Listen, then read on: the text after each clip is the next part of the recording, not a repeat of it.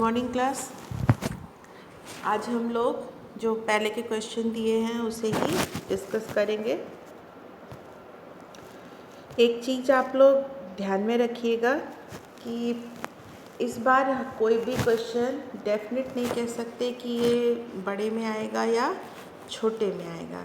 Paper आप लोगों को पता है इस बार बोर्ड एग्ज़ाम होना है, तो बहुत वही क्वेश्चन एक लाइन में भी पूछा जा सकता है। क्वेश्चन का पैटर्न आपको पता है, वो 1 अंक का 2 अंक का भी हो सकता है, अथवा वही क्वेश्चन 5 नंबर में भी पूछा जा सकता है। जैसे ये क्वेश्चन जो है स्क्रीन पे दिख रहा है, निम्नलिखित संधियों का पूरा नाम व प्रभावी होने का समय बताइए। फिर नीचे दिया हुआ है LTBT, NPT, SALT 1 and SALT 2, START 1 and START 2 और ABM संधि। क्वेश्चन फिर से पढ़िए, निम्नलिखित संधियों का पूरा नाम और प्रभावी होने का समय बताइए। पूरा नाम बताएंगे, आप इसमें लिखेंगे तो LTBT का पूरा नाम क्या होगा, लिमिटेड टेस्ट बैन ट्रीटी, या हिंदी में लिखेंगे तो आंशिक परमाणु परीक्षण संधि। NPT नॉन प्रोलाइफरेशन ट्रीटी या परमाणु अप्रसार संधि। SALT 1 and SALT 2 strategic arm limitation टार, और 1 एंड 2 इसी को हिंदी में याद कर लीजिए। START 1 एंड START 2 इसको लिख देंगे ABM treaty, anti ballistic missile treaty या प्रक्षेपास्त्र रोधी संधि। इसी के बाद दूसरा क्वेश्चन दिया है, इसको हम एक एग्जाम्पल के तौर पर समझते हैं। दूसरा क्वेश्चन इसी के नीचे दिया है, परमाणु प्रसार संधि पर संक्षिप्त टिप्पणी लिखिए, इसके भेदभावपूर्ण होने का कारण स्पष्ट कीजिए। ठीक है, तो क्वेश्चन देख के बच्चों आप लोगों को समझना पड़ेगा कि अब अगर शॉर्ट नोट्स लिखने या टिप्पणी लिखनी है तो वो कम से कम जो है आपको 5-6 लाइन में लिखनी है, मतलब 50 से 100 शब्द के बीच में। अब एग्ज़ाम में अगर वो 5 नंबर या 6 नंबर में आएगा तो उस तरीके से आपको उसे बढ़ाना पड़ेगा। ये उसके बाद ये छोटे छोटे क्वेश्चन है, जैसे जो पहले दी है वो 1 नंबर या बहुविकल्पी में आ सकते हैं कि इसमें से इसका वर्ष कौन सा है, साल्ट का वर्ष कौन सा है, NPT किस वर्ष लागू हुई, प्रभावी हुई, ABM संधि किसके किसके बीच हुई। ठीक, या फिर एक पूरा क्वेश्चन बन सकता है, शीत युद्ध के दौर में निशस्त्रीकरण या शस्त्र नियंत्रण के प्रयासों को बताइए। तो वो क्वेश्चन जब अगर पूछा गया तो वो क्वेश्चन 6 या 8 नंबर में पूछा जाएगा। ठीक, लेकिन उसमें भी आप क्या लिखेंगे, यही जो छोटे छोटे क्वेश्चन आप याद किए रहेंगे। अगर पूछ लिया शीत युद्ध के दौर में निरस्त्रीकरण के प्रयास बताइए या कौन कौन सी संधियाँ हुई, तो उसमें आप LTBT को बताएंगे कि निशस्त्रीकरण के दौर में 2 प्रकार की संधियाँ हुई, पहली परमाणु शस्त्रों को नियंत्रण करने में, दूसरी पारंपरिक शस्त्रों को। उसमें फिर अगर आप पढ़े रहेंगे तो LTBT और NPT बता देंगे, SALT 1 START 1 ABM ये बता देंगे। परमाणु अप्रसार संधि को थोड़ा सा टिप्पणी में पढ़े रहेंगे तो उसको भी आप लिख देंगे, तो इन्हीं से आपका 8 नंबर का क्वेश्चन भी बन जाएगा।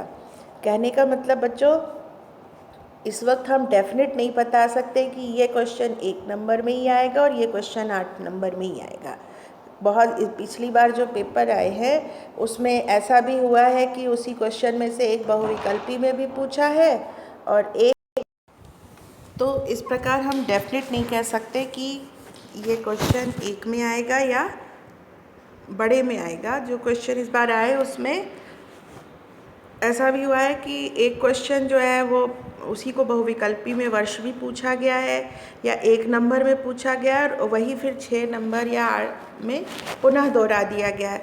तो आपको, तो इसका निष्कर्ष ये है कि आप छोड़ कुछ भी नहीं सकते, आपको पूरा चैप्टर पढ़ना है उसके। लेकिन फ़ायदा ये है जो हम आपको छोटे छोटे क्वेश्चन में तोड़ के दे रहे हैं जैसे अगर आपने इन सबके नाम और वर्ष याद कर लिए और 6 नंबर में भी वो क्वेश्चन मिला के आ जाता है बड़े में, तो आप इन्हीं सबको जब लिख देंगे एक साथ तो वो आपका 6 नंबर का बन जाएगा।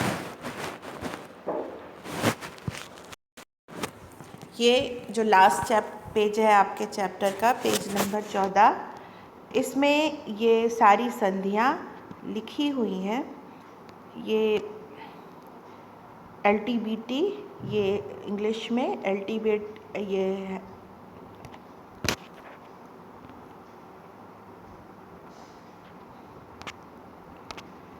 यहाँ पे ये लिखा हुआ है LTBT, NPT,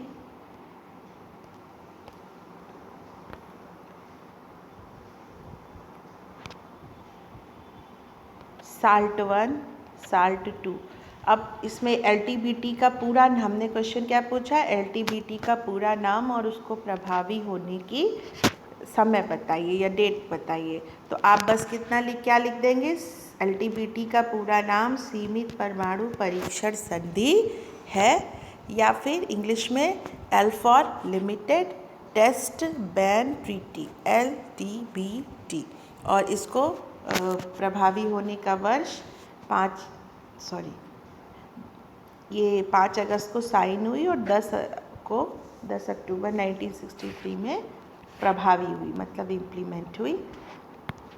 ये 10 अक्टूबर 1963 से प्रभावी हो गई।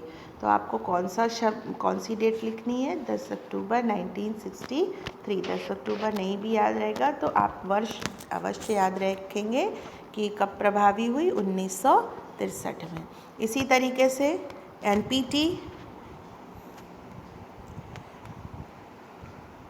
NPT का पूरा नाम परमाणु अप्रसार संधि, इंग्लिश में नॉन प्रोलाइफरेशन ट्रीटी, कब प्रभावी हुई, 1970 में। तो ये आपका 2 नंबर का भी क्वेश्चन हो गया, बहुविकल्पी में पूछ लिया गया तब भी, क्योंकि ये नाम पूछे जाते हैं कि इसका पूरा नाम बताइए, ठीक है। और कोई भी क्वेश्चन हम लोग छोड़ नहीं सकते, ये नहीं कह सकते कि ये नहीं आएगा, ठीक। इसी तरह से साल्ट का पूरा नाम स्ट्रेटजिक आर्म्स लिमिटेशन टास्क, कब प्रभावी हुई, 1972। ABM ट्रीटी ये दी हुई है, परमाणु मिसाइल परिसीमन संधि। साल्ट का पूरा नाम सामरिक अस्त्र परिसीमन वार्ता, हिंदी में स्ट्रेटजिक आर्म लिमिटेशन ट्रीटी। तो आपको बस हमने जो क्वेश्चन लिखा उसमें आपको बस इतना ही लिखना है, साल्ट 1 का पूरा नाम सामरिक अस्त्र परिसीमन वार्ता 1, ठीक। ABM ट्रीटी का पूरा नाम परमाणु मिसाइल परिसीमन संधि, या इंग्लिश में एंटी बैलिस्टिक मिसाइल ट्रीटी। प्रभावी कब हुई, 1972 में। डेट छोड़ दीजिए, वर्ष ही याद रखिए कब प्रभावी हुई, 1972, ठीक है। अगला है स्टार्ट 1, स्टार्ट 2, पूरा नाम सामरिक अस्त्र न्यूनीकरण संधि, कब प्रभावी हुई,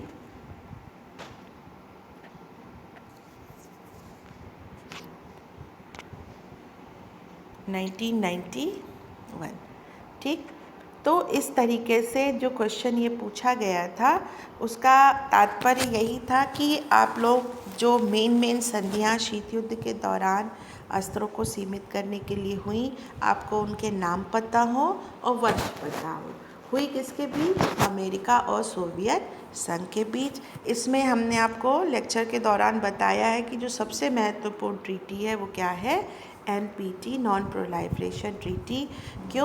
क्योंकि इसको इसीलिए हमने अलग से टिप्पणी में पूछा, ये 5 नंबर में भी पूछा जा सकता है कि परमाणु अप्रसार संधि क्या है, उस पर संक्षिप्त टिप्पणी लिखिए। तो अगर ये शब्द यूज़ किया जाता है टिप्पणी या शॉर्ट नोट्स, तो ये ज़्यादा से ज़्यादा, टिप्पणी का मतलब 50 से 100 शब्द या 150 शब्द, उससे ज़्यादा या उससे कम नहीं होगा। वो 10 शब्द में नहीं होगा और वो 250 शब्दों में नहीं होगा, ठीक। तो ये शब्द बेटा समझने पड़ेंगे। और ये NPT में आप यही लिखेंगे कि ये इसमें क्या क्या मेन प्रोविज़न थे, कब लागू हुई और कितने साल के लिए ये था और भारत ने इसका विरोध क्यों किया।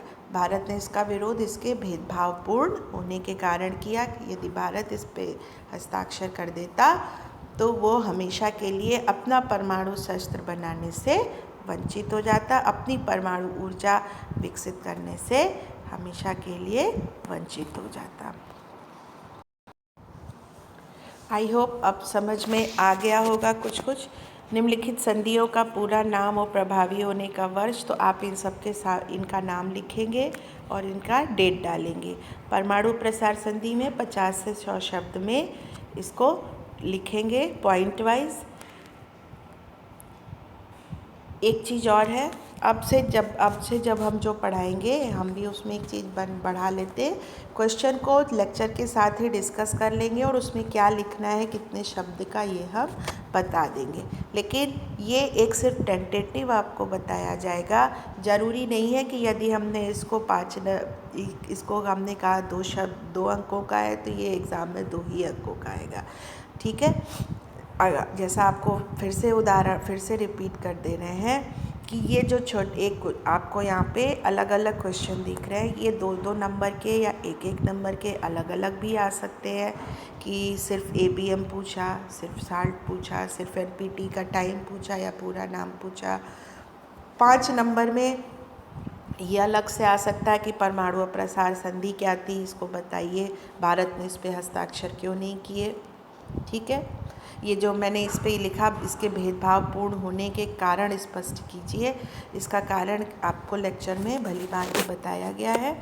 भेदभावपूर्ण इसीलिए थी क्योंकि ये उन लोगों को, उन देशों को जो अभी तक परमाणु परीक्षण नहीं किए हैं, उन्हें हमेशा के लिए परमाणु परीक्षण करने से वंचित कर देती थी। और जबकि 1967 तक जितने देशों ने परमाणु क्षमता प्राप्त कर ली, उन्हें हमेशा के लिए उनकी शक्ति को वैध कर देती थी, उन पे कोई रोक नहीं लगाती थी। इसलिए भारत ने इसे भेदभावपूर्ण माना। ये क्वेश्चन अगर ये अलग अलग आ सकता है, 8 नंबर में या 6 नंबर में यही क्वेश्चन मिला के पूछ सकते हैं। शीत युद्ध के दौर में निरस्त्रीकरण के क्या प्रयास हुए, तो आप ये सब फिर उसमें मिला के लिखेंगे और इतना आपका तैयार रहेगा तो वो 1 नंबर के लिए भी तैयार रहेंगे और आप 8 नंबर के लिए भी, आपके नंबर फिर कहीं नहीं जा रहे।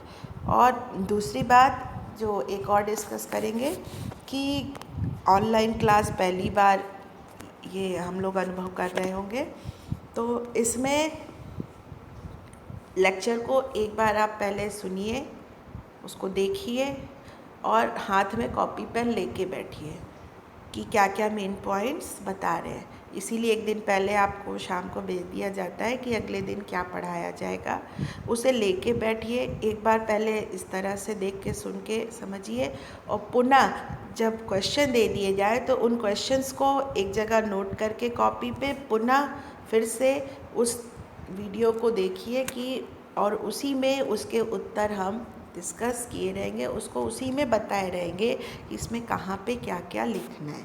ठीक है, तो उसको जब आप 2 बार एटलीस्ट पहली बार इस तरह से सुनिए, फिर क्वेश्चन को पढ़ के पुनः जब उसको आप देखेंगे, सुनेंगे और अपने जो किताब भेजी जा रही है उसमें पढ़ लेंगे। हम थोड़ा सा अंडरलाइन भी करके इसीलिए दे रहे हैं कि आपको वो चिन्हित हो जाए कि इसका उत्तर कहाँ पे है।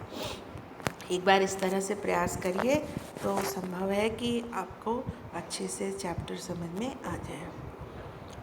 ये बाकी क्वेश्चन भी एक बार बता देते हैं। ये जो पहली बार क्वेश्चन दिया था, शीत युद्ध से आप क्या समझते हैं, तो इसमें आप शीत युद्ध से आप क्या समझते हैं, इसमें आपको KPS मेनन की या एक ऐसे ही जनरल परिभाषा वीडियो में दी गई थी, उसको वहाँ पे आप जब वो वीडियो का वो पोर्शन आएगा वहाँ पे उसको रोक लेंगे और रोक के उस परिभाषा को आप उतार लेंगे अपनी कॉपी में। KPS मेनन की परिभाषा लिख सकते हैं या फिर उसको लिख सकते हैं, अन्यथा आपकी किताब में भी दिया हुआ है, ये पेज नंबर 3 पे ये जो पोर्शन दिया हुआ है, इसमें से आपको छाट के शीत युद्ध का बारे में शीत युद्ध क्या था ये लिख सकते हैं। तो आसान ये रहेगा, KPS मेनन की परिभाषा नोट डाउन कर लीजिए, उसमें आप बता सकते हैं कि शीत युद्ध का क्या अर्थ है या शीत युद्ध की परिभाषा क्या है। और अगर और अच्छा लिखना चाहते हैं तो उसकी परिभाषा देते हुए यहाँ से थोड़ा सा और उसको ऐड कर सकते हैं। ये पेज नंबर 3 पे दिया हुआ है।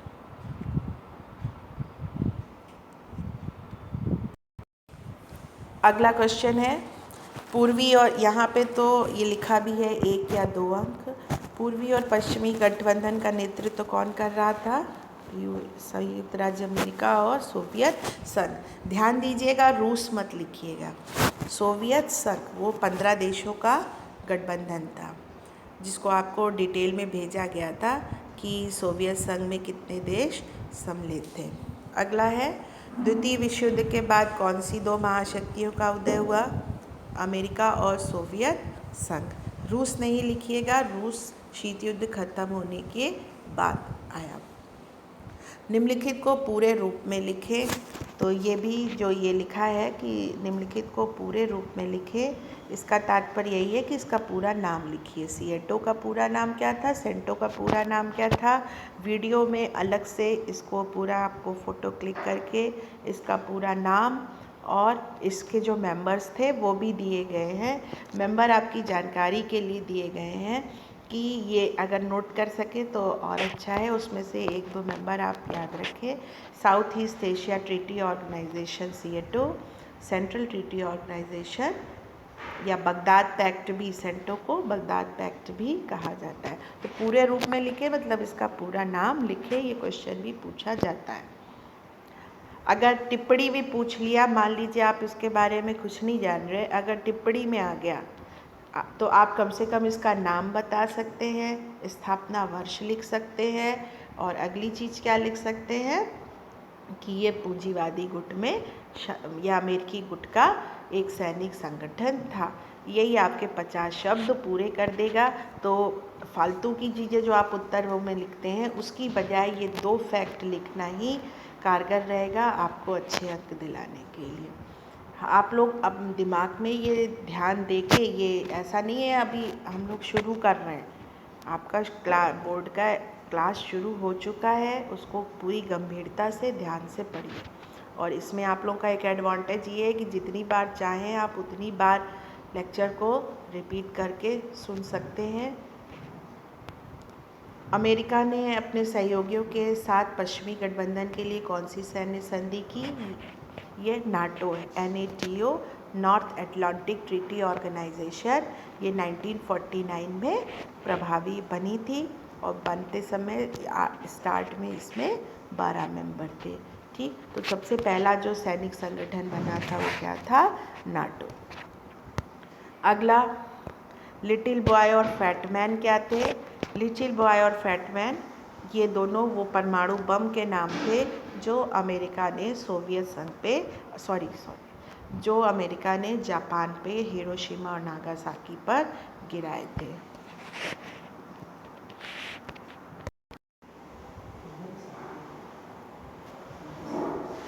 ये यहाँ पे ये दिखाया जा रहा है, ये पेज नंबर 14 पे ये लिटिल बॉय और फैटमैन ये वो परमाणु बमों के नाम थे जो हिरोशिमा और नागासाकी पर, हिरोशिमा पर लिटिल बॉय और फैटमैन नागासाकी पर गिराया गया। ठीक है, तो ये बहुविकल्पी में हो सकता है पूछ लिया जाए, तो ये आपको जानना चाहिए। अब ये जैसे क्वेश्चन है, महाशक्ति या छोटे देशों के साथ सैन्य गठबंधन क्यों रखनी थी, कोई 2 कारण बताइए। तो ये इस क्वेश्चन का आंसर ये पेज नंबर 17 पे ये दिया हुआ है। छोटे देशों से महाशक्तियों के ये काम थे। पहला, महत्वपूर्ण संसाधनों की पहुंच, भूक्षेत्र, सैनिक ठिकाने, आर्थिक मदद। ये ऐसे कारण थे जो महाशक्तियों के लिए छोटे देशों को ज़रूरी बना देते थे। ठीक, तो ये पूछा भी गया है इस बार, अगली बार भी ये हो सकता है शॉर्ट या उसमें आ जाए। फिर अगला क्वेश्चन है शीत युद्ध के कारणों का वर्णन करिए। ये जो पहला लेक्चर आपको पहले या दूसरे में ये पूरी तरीके से बताया गया है वीडियो में कि शीत युद्ध